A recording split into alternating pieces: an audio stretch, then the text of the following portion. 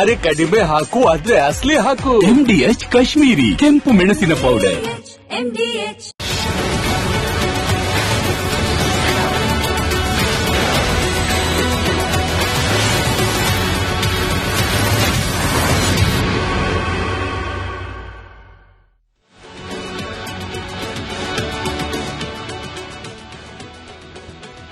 Hi hello ನಮಸ್ಕಾರ. ನೀವು ನೋಡ್ತಾ ಇದ್ದೀರಾ ಕರ್ನಾಟಕ ಪ್ರೈಮ್ ಟೈಮ್. ನಾನು ನಾಗೇಂದ್ರ ಬಾಬು. ಇವತ್ತಿನ ಕರ್ನಾಟಕ ಪ್ರೈಮ್ ಟೈಮ್ ನಲ್ಲಿ ಪ್ರಮುಖವಾಗಿ 3 ಟಾಪ್ ಸ್ಟೋರಿಗಳಿದೆ. ಆ 3 ಟಾಪ್ ಸ್ಟೋರಿಗಳ ಪೈಕಿ ಮೊದಲನೆಯ ಟಾಪ್ ಸ್ಟೋರಿ ಕಟಾಕಟ್ ಬಜೆಟ್ನ ವಿಚಾರವಾಗಿ ಇವತ್ತು ಸಾಕಷ್ಟು ಮಾತಾಡಬೇಕು. ಜನ ಮರಳೋ ಜಾತ್ರೆ ಮರಳೋ ಗೊತ್ತಿಲ್ಲ. ಯಾಕೆ ಅಂತಂದ್ರೆ ಸಿಂಪಲ್ ಆಗಿ ಹೇಳ್ಬಿಡ್ತೀನಿ. ಈಗ ನಿಮ್ಮ ಹತ್ರ 100 ರೂಪಾಯಿ ಇದೆ ಅಂತಂದ್ರೆ ಆ 100 ರೂಪಾಯಿನಲ್ಲಿ 80 ರೂಪಾಯಿ ಕೊಟ್ಟು ಒಂದು ಹಸು ತಗೋತೀರಾ, 20 ರೂಪಾಯಿ ಬೇರೆ ಖರ್ಚು ಮಾಡ್ತೀರಾ. ನೀವು ಹಸು ತಗೊಂಡಾಗ ಏನಾಗುತ್ತೆ, ಅದು ಹಾಲು ಕೊಡುತ್ತೆ, ಅದರಿಂದ ನೀವು ಮೊಸರು ಮಾಡಬಹುದು, ತುಪ್ಪವನ್ನ ಮಾಡಬಹುದು, ನಿಮ್ಗೆ ಅದನ್ನ ಲಾಭಗಳು ಹೋಗ್ತಾ ಇರುತ್ತೆ. ಆ 80,000 ರೂಪಾಯಿ ಕೊಟ್ಟು ಹಸು ತಗೊಂಡಾಗ ಅದು ಲಾಭ ಜಾಸ್ತಿ ಆಗ್ತಾ ಹೋಗ್ತಾ ಇರುತ್ತೆ. ಆದ್ರೆ ಇಲ್ಲಿ ಅದಾಗ್ತಾ ಇಲ್ಲ. ಕಮಿಟ್ಮೆಂಟ್ ನ ವಿಚಾರವಾಗಿ ಸರಿದೂಗಿಸುವ ಕೆಲಸಗಳು ಆಗ್ತಾ ಇದೆ ಅನ್ನೋ ಆರೋಪವನ್ನು ಇವತ್ತು ವಿಪಕ್ಷಗಳು ಮಾಡ್ತಾ ಇದೆ. ಅದರ ಬಗ್ಗೆ ಸವಿಸ್ತಾರವಾಗಿ ಹೇಳ್ತಾ ಹೋಗ್ತೀನಿ. ಇದು ಇವತ್ತಿನ ಟಾಪ್ ಸ್ಟೋರಿ ಕಟಾಕಟ್ ಬಜೆಟ್. ಇನ್ನು ಎರಡನೆಯ ಟಾಪ್ ಸ್ಟೋರಿ ಇರಾನ್ ಮೇಲೆ ಅಣುಬಾಂಬ್. ಯಾವುದೇ ಕ್ಷಣದಲ್ಲಿ ಏನು ಬೇಕಾದ್ರೂ ಆಗ್ಬೋದು. ಇವತ್ತು ಅಮೆರಿಕ ಒಂದು ತಾಕೀತನ್ನ ಮಾಡಿದೆ. ನೀವು ಇದೇ ರೀತಿಯಾಗಿ ಮುಂದುವರೆದ್ರೆ ನಾವು ತುಂಬಾ ಕಠಿಣವಾಗಿ ನಿರ್ಧಾರವನ್ನ ತೆಗೆದುಕೊಳ್ಳಬೇಕಾಗತ್ತೆ ಅಂತೇಳಿ ಒಂದು ಸೂಚನೆಯನ್ನು ಕೊಟ್ಟಿದ್ದು, ಎಚ್ಚರಿಕೆಯನ್ನು ರವಾನಿಸಿದ್ದು. ಆ ಮೂಲಕ ಅಣುಬಾಂಬ್ ಹಾಕ್ಬಿಡುತ್ತಾ, ಮತ್ತೊಮ್ಮೆ ಹಿರೋಶಿಮಾ ಘಟನೆ ಮರುಕಳಿಸುತ್ತಾ ಅನ್ನೋದು ಕುತೂಹಲಕ್ಕೆ ಕಾರಣವಾಗಿದೆ. ಇದು ಇವತ್ತಿನ ಎರಡನೆಯ ಟಾಪ್ ಸ್ಟೋರಿ. ಇನ್ನು ಮೂರನೇ ಟಾಪ್ ಸ್ಟೋರಿ, ಪಾಕಿಸ್ತಾನದಲ್ಲಿ ತಿನ್ನೋ ಕೂಟ ಇರಲಿಲ್ಲ, ಈಗ ತೈಲ ಕೂಡ ಸಿಗೋದಿಲ್ಲ. ಪಾಪಿ ಪಾಕಿಸ್ತಾನಕ್ಕೆ ಈಗ ತೈಲ ಬರ ಎದುರಾಗಿದೆ. ನಾವು ಯಾರ ಮುಂದೆನೂ ಹೋಗಲ್ಲ ಅಂತೇಳಿ ಈಗ ಎಲ್ಲರ ಮುಂದೆ ಹೋಗಿ ಮಂಡಿಯವರದಲ್ಲದೆ ಭಿಕ್ಷೆ ಬಿಡಬೇಕು ಪಾಪಿ ಪಾಕಿಸ್ತಾನದವರು. ತಾನೊಂದು ಬಗೆದರೆ ದೈವ ಒಂದು ಬಗೆಯುತ್ತೆ ಅನ್ನೋ ಹಾಗೆ ಪಾಪಿ ಪಾಕಿಸ್ತಾನಕ್ಕೆ ಈಗ ತೈಲ ಬರ ಶುರುವಾಗಿದೆ. ಮುಂದಿನ ದಿನದಲ್ಲಿ ನೀರಿನ ಅಭಾವ ಕೂಡ ಕಾಡುತ್ತೆ. ಭಾರತ ಅದರ ಬಗ್ಗೆ ಕೂಡ ಪ್ಲಾನ್ ಅನ್ನ ಮಾಡಬಹುದು, ಹೇಳಕ್ಕಾಗಲ್ಲ. ಈ 3 ಟಾಪ್ ಸ್ಟೋರಿಗಳ ಜೊತೆಯಲ್ಲಿ ಒಂದಷ್ಟು ಪ್ರಮುಖ ಸುದ್ದಿಗಳಿದೆ, ಅದೆಲ್ಲವನ್ನು ಕೂಡ ನೋಡ್ತಾ ಹೋಗೋಣ. ಅದಕ್ಕಿಂತ ಮುಂಚೆ ಈ ಕ್ಷಣದ ಹೆಡ್ಲೈನ್ಸ್. ಸಿಹಿ ಕಹಿ ಬಜೆಟ್ ಕೊಟ್ಟ ಸಿದ್ದರಾಮಯ್ಯ. 4.48 ಲಕ್ಷ ಕೋಟಿಗೆ ಏರಿದ ಆಯವ್ಯಯ. ಶಿಕ್ಷಣ, ಮಹಿಳಾ ಕಲ್ಯಾಣಕ್ಕೆ ಹೆಚ್ಚು ಹಣ ಭಾಗ್ಯ. 56,000 ಉದ್ಯೋಗ ಭರ್ತಿಗೆ ತೀರ್ಮಾನ. ಯುವ ನಿಧಿಗೂ ಸಿಕ್ಕಿದೆ 600 ಕೋಟಿ ಹಣ. ಮಕ್ಕಳ ಮೊಬೈಲ್ ಬಳಕೆಗೆ ಕಡಿವಾಣ. ಮುಸ್ಲಿಮರಿಗೆ ಭರ್ಜರಿ ಗಿಫ್ಟ್. ಈ ಬಾರಿಯೂ ಕುಡುಕರ ಜೇಬ್ ಕಟ್. ಸಾಲಗಾರ ರಾಮಯ್ಯ ಅಂತ ಬಿಜೆಪಿ ಜೆಡಿಎಸ್ ಟಾಡ್. ಬಿಹಾರದಲ್ಲಿ ಬಿಜೆಪಿಗೆ ಸಿಗಲಿದೆ ಸಿಎಂ ಸ್ಥಾನ. ಏಪ್ರಿಲ್ 10ರ ಬಳಿಕವೇ ಹೊಸ ಸರ್ಕಾರ ರಚನೆಗೆ ಯತ್ನ. ನಾಳೆ ಜೆಡಿಯು ಸೇರಲು ನಿತೀಶ್ ಮಗನ ತೀರ್ಮಾನ. ಪರ್ಷಿಯಾ ಮೇಲೆ ಮಿತ್ರಪಡೆ ಡೆಡ್ಲಿ ದಾಳಿ. ಇದುವರೆಗೆ 2,500 ಜನರು ಬಲಿ. ಇರಾನ್ ಆರ್ಭಟಕ್ಕೆ ಹರ್ಮೋಸ್ ಜಲಸಂಧಿ ಗಲಿಬಿಲಿ.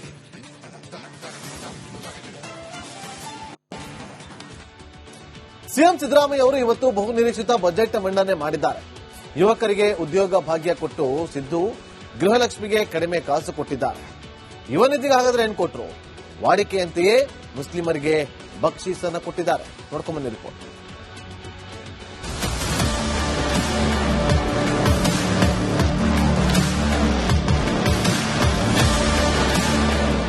ಮುಖ್ಯಮಂತ್ರಿ ಸಿದ್ದರಾಮಯ್ಯ ದಾಖಲೆಯ 17ನೇ ಬಜೆಟ್ ಮಂಡಿಸಿದ್ದಾರೆ. ಈಗಾಗಲೇ ಅವರು 16 ಬಜೆಟ್ ಮಂಡಿಸಿ ರಾಜ್ಯದಲ್ಲಿಯೇ ಅತ್ಯಧಿಕ, ದೇಶದಲ್ಲಿ 2ನೇ ಅಧಿಕ ಬಜೆಟ್ ಮಂಡಿಸಿದ ದಾಖಲೆ ಹೊಂದಿರುವ ಸಿದ್ದು ಇಂದು ತಮ್ಮ ದಾಖಲೆಯನ್ನೇ ಮೀರಿದ್ರು. ಸಿಹಿ ಕಹಿ ಬಜೆಟ್ ಕೊಟ್ಟ ಸಿದ್ದರಾಮಯ್ಯ. 4.48 ಲಕ್ಷ ಕೋಟಿ ಗಾತ್ರದ ಆಯವ್ಯಯ. ಶಿಕ್ಷಣ, ಮಹಿಳಾ ಕಲ್ಯಾಣಕ್ಕೆ ಹೆಚ್ಚು ಭಾಗ್ಯ. ರಾಜ್ಯ ಸರ್ಕಾರದ 2026-27ನೇ ಸಾಲಿನ ಬಹುನಿರೀಕ್ಷಿತ ಬಜೆಟ್ ಗಾತ್ರ 4,48,004 ಕೋಟಿಗೆ ಏರಿದೆ. 2025-26ನೇ ಸಾಲಿನ ಪರಿಷ್ಕೃತ ಅಂದಾಜು 3,95,307 ಕೋಟಿಗಳಷ್ಟಿತ್ತು. ಕಳೆದ ವರ್ಷಕ್ಕೆ ಹೋಲಿಸಿದರೆ ಬಜೆಟ್ ಗಾತ್ರದಲ್ಲಿ ಗಣನೀಯ ಏರಿಕೆಯಾಗಿದೆ.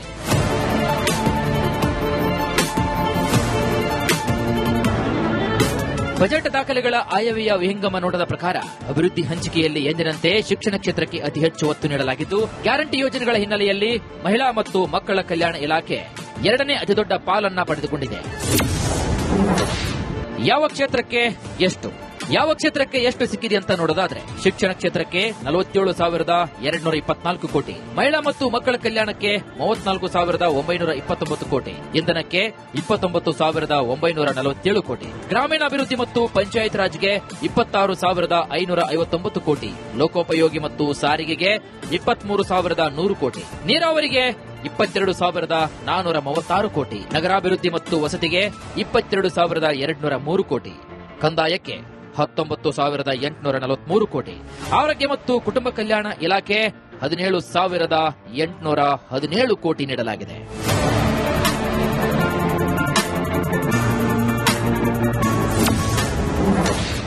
ಇಂದಿರಾ ಕಿಟ್ ಕೊಡಲಿದೆ ರಾಜ್ಯ ಸರ್ಕಾರ. ಪ್ರತಿ ಮಾಹೆ ಪೌಷ್ಟಿಕಾಂಶವುಳ್ಳ ತೊಗರಿಬೇಳೆ, ಸಕ್ಕರೆ, ಉಪ್ಪು ಮತ್ತು ಅಡಿಗೆ ಎಣ್ಣೆ ಒಳಗೊಂಡ ಇಂದಿರಾ ಆಹಾರ ಕಿಟ್ ವಿತರಿಸಲು ಉದ್ದೇಶಿಸಲಾಗಿದೆ. ಇದಕ್ಕಾಗಿ 26-27 ಸಾಲಿನಲ್ಲಿ 6,200 ಕೋಟಿ ರೂಗಳನ್ನು ಮೀಸಲಿರಿಸಲಾಗಿದೆ. ಬಜೆಟ್ ಮಂಡನೆ ವೇಳೆ ಸಿದ್ದರಾಮಯ್ಯಗೆ ಕಾಲು ನೋವು.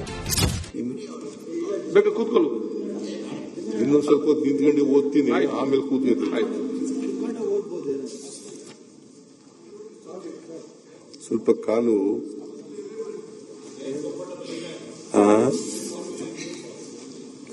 ನೋಡ್ತೀನಿ, ಇನ್ನೊಂದು ಸ್ವಲ್ಪ ಹೊತ್ತು ನಿಂತ್ಕೊಂಡು ಓದ್ತೀನಿ.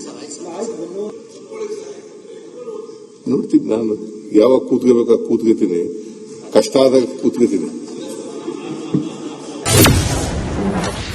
ಕರ್ನಾಟಕಕ್ಕೆ ಸಿದ್ದರಾಮಯ್ಯ ಕೊಟ್ಟಿದ್ದು ಚೊಂಬು.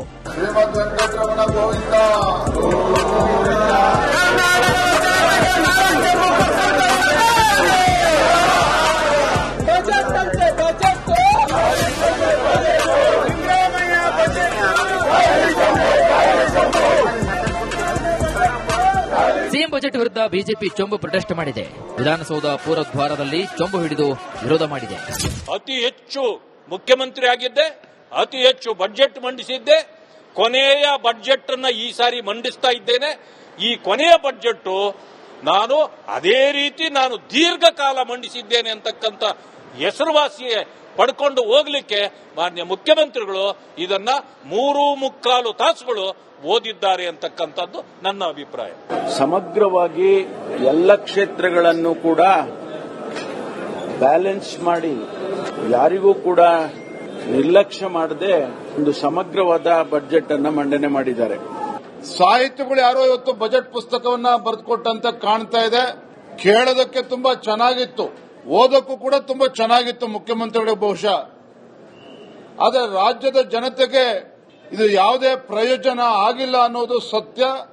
17ನೇ ಬಜೆಟ್ ಈ ನಾಡಿನ ಜನತೆಗೆ ದೊಡ್ಡ ಚೊಂಬನ್ನ ಮುಖ್ಯಮಂತ್ರಿಗಳು ನೀಡಿದ್ದಾರೆ ಅನ್ನೋದು ಸ್ಪಷ್ಟ.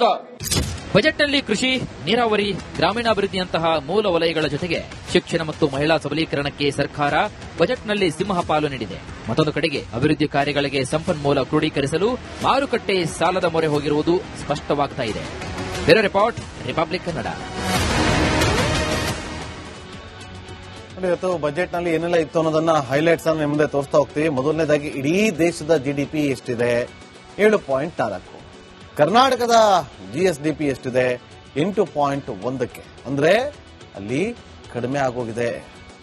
ಈ ಹಿಂದೆ ಎಷ್ಟಿತ್ತು, ಈಗ ಎಷ್ಟಿದೆ ಅನ್ನೋದನ್ನ ನಾನು ಮುಂದಿನ ಹಂತದಲ್ಲಿ ಎಕ್ಸ್ಪ್ಲೇನ್ ಮಾಡ್ತಾ ಹೋಗ್ತೀನಿ. ನೋಡಿ, ಇವತ್ತು ಗೃಹಲಕ್ಷ್ಮಿ ಯೋಜನೆಗೆ 28,608 ಕೋಟಿ ರೂಪಾಯಿಯನ್ನ ಮೀಸಲಿಡಲಾಗಿದೆ. 16 ವರ್ಷದ ಒಳಗಿನ ಮಕ್ಕಳಿಗೆ ಮೊಬೈಲ್ ಬಳಕೆ ನಿಷೇಧವನ್ನ ಮಾಡಿದೆ. ಇದೊಂದು ರೀತಿಯಲ್ಲಿ ಪೋಷಕರಿಗೆ ಎಚ್ಚರಿಕೆ ಗಂಟೆ. ಸರ್ಕಾರವೇ ಇಂಥ ಒಂದು ಕಠಿಣ ನಿರ್ಧಾರವನ್ನ ತೆಗೆದುಕೊಂಡಿದೆ ಅಂತಂದ್ರೆ ಪೋಷಕರಾಗಿ ಪ್ರತಿಯೊಬ್ಬರ ಜವಾಬ್ದಾರಿ ಎಷ್ಟಿದೆ ಅನ್ನೋದನ್ನ ಅರ್ಥ ಮಾಡ್ಕೋಬೇಕು. ಇವತ್ತು ವಿದೇಶಗಳಲ್ಲಿ ಇಂಥ ಒಂದು ನಿರ್ಧಾರವನ್ನ ತೆಗೆದುಕೊಂಡಾಗಿದೆ. ನೀವೇನು ಮಾಡಬೇಡಿ, ನಿಮಾನ್ಸ್ ಒಮ್ಮೆ ಕಾಲ್ ಮಾಡಿ. ತಿಂಗಳಿಗೆ ಎಷ್ಟು ಜನ ಪೇರೆಂಟ್ಸ್ಗಳು ಕಾಲ್ ಮಾಡ್ತಾರೆ ಗೊತ್ತಾ? ಮಕ್ಕಳು ಮೊಬೈಲ್ ಇಲ್ಲದೆ ಒಂಥರ ಮೆಂಟಲ್ ಆಗ್ಬಿಟ್ಟಿದ್ದಾರೆ. ಅವರೆಲ್ಲ ಅವ್ರ ಮೆಂಟಲಿ ಇಲ್ನೆಸ್ ಅನ್ನ ಅನುಭವಿಸ್ತಾ ಇದ್ದಾರೆ. ಒಂದು ರೀತಿಯಲ್ಲಿ ಅವ್ರಿಗೆ ಹುಚ್ಚುತನ ಬಂದ್ಬಿಟ್ಟಿದೆ ಅಂತ ಹೇಳಿ ದಿನಾ ಫೋನ್ ಮಾಡಿ ಕೌನ್ಸಿಲಿಂಗ್ ಮಾಡಿ ಇವತ್ತೆಷ್ಟೋ ಜನ ಮಕ್ಕಳ ಪೇರೆಂಟ್ಸ್ಗಳು ದಿನಾ ಆಸ್ಪತ್ರೆ ಸುತ್ತಾಡ್ತಾ ಇದ್ದಾರೆ.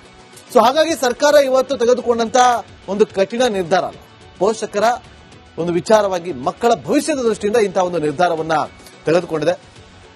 ಸೊ ಇದನ್ನ ಪೋಷಕರು ಕೂಡ ಪಾಲನೆ ಮಾಡಬೇಕು. ಕೇವಲ ಸರ್ಕಾರದಷ್ಟೇ ಅಲ್ಲ, ಪೋಷಕರ ಜವಾಬ್ದಾರಿ ಇಲ್ಲಿ ತುಂಬಾ ಇದೆ. ಶಾಲಾ ಕಾಲೇಜುಗಳಿಗೆ 15,000 ಬೋಧಕ ಸಿಬ್ಬಂದಿಯನ್ನ ಭರ್ತಿ ಮಾಡಬೇಕು ಅಂತೇಳಿ ಇವತ್ತು ಈ ಒಂದು ಬಜೆಟ್ ನಲ್ಲಿ ತೀರ್ಮಾನವನ್ನ ತೆಗೆದುಕೊಳ್ಳಲಾಗಿದೆ. ಮತ್ತೊಂದು ಪದವಿ ಮತ್ತು ಇಂಜಿನಿಯರಿಂಗ್ ಕಾಲೇಜಿಗೆ 2,000 ಹುದ್ದೆ ಭರ್ತಿ ಮಾಡೋದಕ್ಕೆ ತೀರ್ಮಾನವನ್ನು ತೆಗೆದುಕೊಳ್ಳಲಾಗಿದೆ. ಇನ್ನು ಆರೋಗ್ಯ ಇಲಾಖೆಯಲ್ಲಿ ಖಾಲಿ ಇರುವಂತಹ 2,500 ಹುದ್ದೆ ಭರ್ತಿ, 18 ವರ್ಷದ ಒಳಗಿನ ಮಕ್ಕಳ ಡಯಾಬಿಟಿಸ್ಗೆ ಉಚಿತ ಇನ್ಸುಲಿನ್ ಅನ್ನು ಕೊಡೋದಕ್ಕೆ ಒಂದು ತೀರ್ಮಾನವನ್ನು ತೆಗೆದುಕೊಳ್ಳಲಾಗಿದೆ. ಶೈಕ್ಷಣಿಕ ಮತ್ತು ಸಾಮಾಜಿಕ ದೌರ್ಜನ್ಯ ತಡೆಗೆ ವೇಮೂಲು ಕಾಯ್ದೆಯನ್ನು ತರಲಾಗಿದೆ. ಕಾರವಾರ, ಯಾದಗಿರಿಯಲ್ಲಿ ಸೂಪರ್ ಸ್ಪೆಷಾಲಿಟಿ ಆಸ್ಪತ್ರೆ ಬರುತ್ತೆ, ವಿಕ್ಟೋರಿಯಾ ಆಸ್ಪತ್ರೆ, ಇನ್ನು ಶಾಂತವೇರಿ ಗೋಪಾಲಗೌಡ ಆಸ್ಪತ್ರೆ ಅಂತ ಆಗುತ್ತೆ. ಮರುನಾಮಕರಣ ಮಾಡ್ತಾರೆ. ನಕಲಿ ಬೀಜ ಕೀಟನಾಶಕ್ಕೆ ಆ ಒಂದು ಜಾಲ ಇತ್ತಲ್ಲ, ಅದನ್ನ ಬ್ರೇಕ್ ಹಾಕಬೇಕು, ಆ ಜಾಲಕ್ಕೆ ಬ್ರೇಕ್ ಹಾಕಬೇಕು ಅಂತೇಳಿ ತೀರ್ಮಾನವನ್ನ ತೆಗೆದುಕೊಳ್ಳಲಾಗಿದೆ. ಇದು ರೈತರ ಹಿತದೃಷ್ಟಿಯಿಂದ ಗಮನದಲ್ಲಿಟ್ಟುಕೊಂಡು ಇಂತಹ ಒಂದು ನಿರ್ಧಾರವನ್ನ ತೆಗೆದುಕೊಂಡಿದ್ದಾರೆ. ಇವತ್ತು ಎಷ್ಟೋ ಜನ ರೈತರು ಸಾಲ ಸೋಲ ಮಾಡಿ ಅಲ್ಲೋಗಿ ಕೃಷಿ ಇಲಾಖೆಯಿಂದನೋ ಅಥವಾ ಎಲ್ಲೋ ಒಂದು ಅಂಗಡಿಯಿಂದನೋ ಬೀಜಗಳು ತರ್ತಾರೆ, ಬಿತ್ತನೆ ಮಾಡ್ತಾರೆ. ನೋಡಿದ್ರೆ ಅದು ನಕಲಿ ಬೀಜ. ಆಯ್ತು, ಹೆಂಗೋ ಕಷ್ಟಪಟ್ಟು ಏನೋ ನೀರು ಉಣಿಸಿ ಬೆವರು ಸುರಿಸಿ ಅದನ್ನ ಬೆಳೆಸ್ತಾರೆ. ಬೆಳೆಸಾದ್ಮೇಲೆ ಅದಕ್ಕೆ ಕೀಟನಾಶಕ ಸಿಂಪಡಣೆ ಮಾಡ್ತಾರಲ್ಲ, ಅದು ಕೂಡ ನಕಲಿ. ಅದರಿಂದನೂ ಕೂಡ ಬೆಳೆ ಹಾಳಾಗುತ್ತೆ. ಇಂಥ ಒಂದು ಎಲ್ಲ ಒಂದ್ ಕಡೆ ಮಾರ್ಕೆಟ್ ಅಲ್ಲಿ ನಕಲಿ ಬೀಜ ಮತ್ತು ಕೀಟನಾಶಕಗಳು ಅತಿ ಹೆಚ್ಚಾಗಿ ಸಿಗ್ತಾ ಇದೆ. ರೈತರು ಆಮೇಲೆ ಯೋಚನೆ ಮಾಡಬೇಕು, ಎಲ್ಲೆಲ್ಲೋ ತಗೋಬಾರ್ದು, ಕೃಷಿ ಇಲಾಖೆಯಿಂದಲೇ ತಗೋಬೇಕು. ಕೃಷಿ ಇಲಾಖೆ ಸಾಕಷ್ಟು ನಿಮಗೆ ಮಾಹಿತಿಗಳನ್ನ ಕೊಡ್ತಾ ಇರುತ್ತೆ. ಇಂಥ ಒಂದು ನಕಲಿ ಬೀಜ, ನಕಲಿ ಕೀಟನಾಶಕ ಮಾರುವಂತ ನಕಲಿ ಜಾಲಕ್ಕೆ ನೀವು ಮಾರು ಹೋಗಬಾರ್ದು. ಅದನ್ನ ಬ್ರೇಕ್ ಹಾಕಬೇಕು ಅಂತೇಳಿ ಸರ್ಕಾರ ತೀರ್ಮಾನವನ್ನ ತೆಗೆದುಕೊಂಡಿದೆ. ನೋಡೋಣ ಇದೇನಾಗುತ್ತೆ ಅಂತೇಳಿ. ಇನ್ನು ಬೆಂಗಳೂರಲ್ಲಿ 158 ಕಿಲೋಮೀಟರ್ ಉದ್ದದ ರಸ್ತೆಗಳ ವೈಟ್ ಟಾಪಿಂಗ್, 158 ಕಿಲೋಮೀಟರ್ ಉದ್ದದ ರಸ್ತೆಗಳ ವೈಟ್ ಟಾಪಿಂಗ್ ಯಾವಾಗ ಮಾಡ್ತಾರೋ ಗೊತ್ತಿಲ್ಲ. ಈಗಲೇ ಟ್ರಾಫಿಕ್, ಇನ್ನು ವೈಟ್ ಟಾಪಿಂಗ್ ಮಾಡಕ್ ಶುರು ಮಾಡಿದ್ರೆ ಇನ್ನೂ ಟ್ರಾಫಿಕ್ ಜಾಮ್ ಆಗುತ್ತೆ.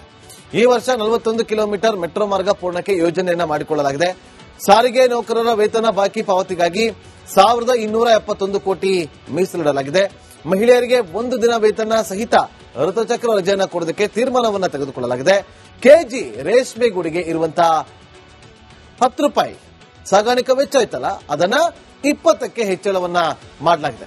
38 ಲಕ್ಷ ರೈತರಿಗೆ ಶೂನ್ಯ ಬಡ್ಡಿ ದರದಲ್ಲಿ 30,000 ಕೋಟಿ ಸಾಲವನ್ನ ಕೊಡಬೇಕು ಅಂತ ಅಂದುಕೊಂಡಿದ್ದಾರೆ. ವೈಷ್ಣೋದೇವಿ ಯಾತ್ರೆ ಕೈಗೊಳ್ಳುವವರಿಗೆ 5,000 ಸಹಾಯ. ವೈಷ್ಣೋದೇವಿ ಯಾತ್ರೆಯನ್ನ ಕೈಗೊಳ್ಳುವವರಿಗೆ 5,000 ರೂಪಾಯಿ ಸಹಾಯ ಕೊಡ್ತಾರೆ, ಸಹಾಯಧನವನ್ನ ಮಾಡ್ತಾರೆ.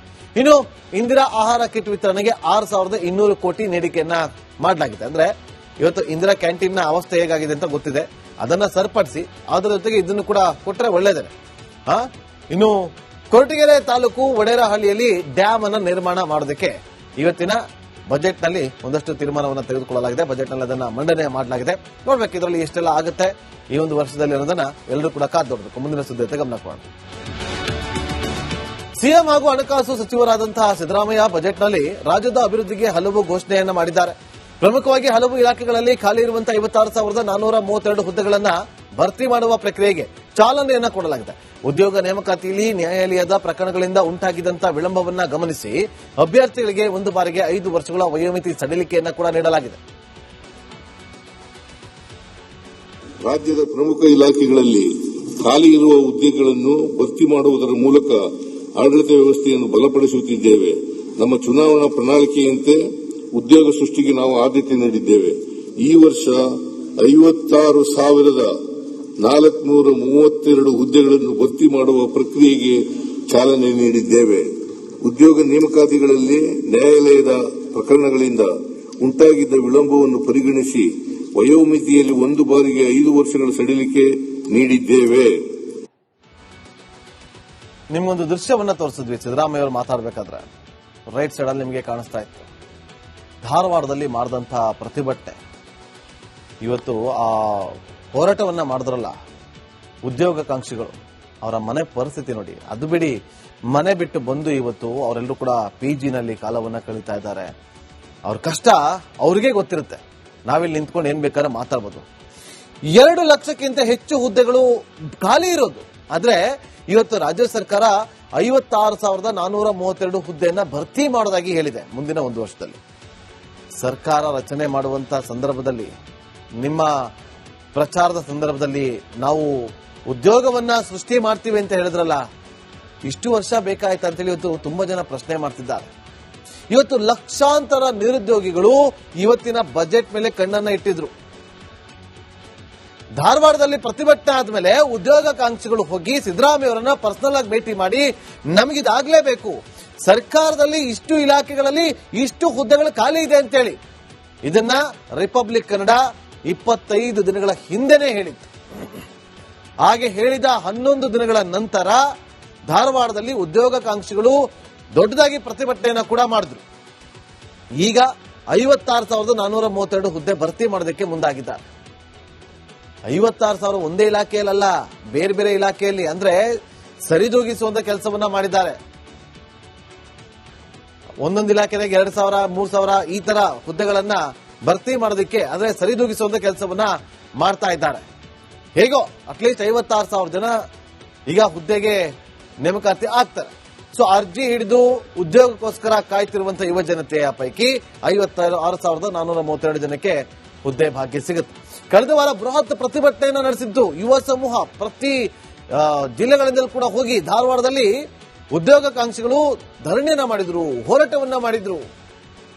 ದೊಡ್ಡ ಮಟ್ಟದಲ್ಲಿ ಹೋರಾಟವನ್ನ ಮಾಡಿದಕ್ಕೆ ಈಗ ಯುವಕರ ಹೋರಾಟಕ್ಕೆ ದೊಡ್ಡ ಜಯ ಸಿಕ್ಕಿದೆ. ನಿರೀಕ್ಷೆಯಂತೆಯೇ ಉದ್ಯೋಗ ಭಾಗ್ಯ ಕೊಟ್ಟಿದ್ದಾರೆ ಸಿದ್ದರಾಮಯ್ಯ ಅವರು. ಸ್ಪರ್ಧಾತ್ಮಕ ಪರೀಕ್ಷಾ ಆಕಾಂಕ್ಷಿಗಳಿಗೆ ಡಬಲ್ ಖುಷಿಯಾಗಿದೆ. 56,000 ಹುದ್ದೆಗಳ ಭರ್ತಿಗೆ ರಾಜ್ಯ ಸರ್ಕಾರದ ತೀರ್ಮಾನ. ಅತಿ ಹೆಚ್ಚು ಖಾಲಿ ಇರುವಂತಹ ಪೊಲೀಸ್ ಇಲಾಖೆ, ಆರೋಗ್ಯ ಇಲಾಖೆಯಲ್ಲಿ ಎಷ್ಟು ನೇಮಕಾತಿ ಆಗುತ್ತೆ ಅದನ್ನು ನೋಡಿ. ಶಿಕ್ಷಕರ ನೇಮಕಾತಿ, ಕಂದಾಯ ಇಲಾಖೆಗಳಲ್ಲಿ ದೊಡ್ಡ ನೇಮಕಾತಿ ಆಗುತ್ತೆ ಅಂತ ಕೂಡ ಇವತ್ತು ತೀರ್ಮಾನವನ್ನ ತೆಗೆದುಕೊಂಡಿದ್ದಾರೆ. ಆದಷ್ಟು ಬೇಗ ನೇಮಕಾತಿ ಆಗಲಿ, ಮುಂದಿನ ವರ್ಷಷ್ಟೇ ಅದೆಲ್ಲವೂ ಕೂಡ ಖಾಲಿ ಆಗಲಿ ಅಂತ ನಾವು ಕೂಡ ಆಶಿಸ್ತೀವಿ. ಮುಂದಿನ ಸುದ್ದಿ ಅಂತ ಗಮನ.